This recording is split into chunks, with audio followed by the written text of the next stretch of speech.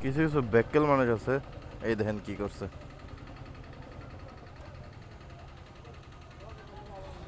ও ব্যাগে দেয় না কেন?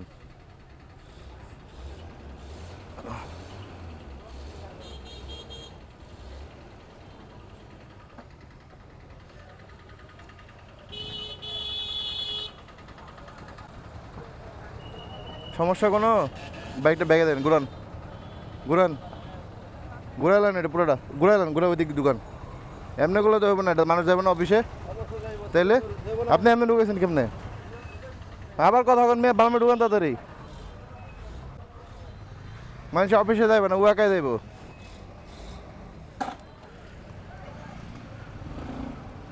ও একাই যাইব না? সকাল সকাল মেজাজটা খারাপ করিস। একাই যাইব, হুন্ডা একটা কিনা।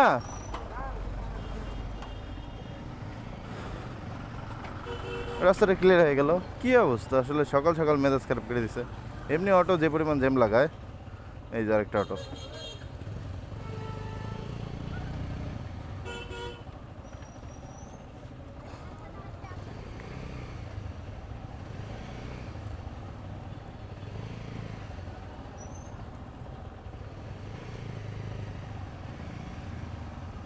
একটা বাইক কেনা নিজের কি ভাবতেছে আল্লাহ মাহমুদ জানে। আসলে এই রোডে অনেকগুলো লোক আছে যারা একটা বাইক কিনছে কোনো রকম, মানে অটো মটো যা আছে সব সবার জায়গায় উল্টা মারে, জ্যাম লাগা দেয় আরো।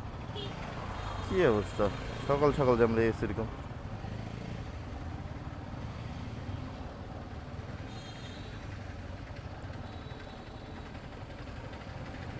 সকল বাইকারের কাছে রিকোয়েস্ট করতেছি, বাইকার ভাইয়ারা আপনারা আসলে একটু নম্র ভদ্র হওয়ার চেষ্টা করেন, কারণ সবাই আমাদের উচ্ছৃঙ্খলভাবে, আপনাদের এই উগ্র ব্যবহারগুলোর জন্য মানুষ আমাদের উচ্ছৃঙ্খলভাবে।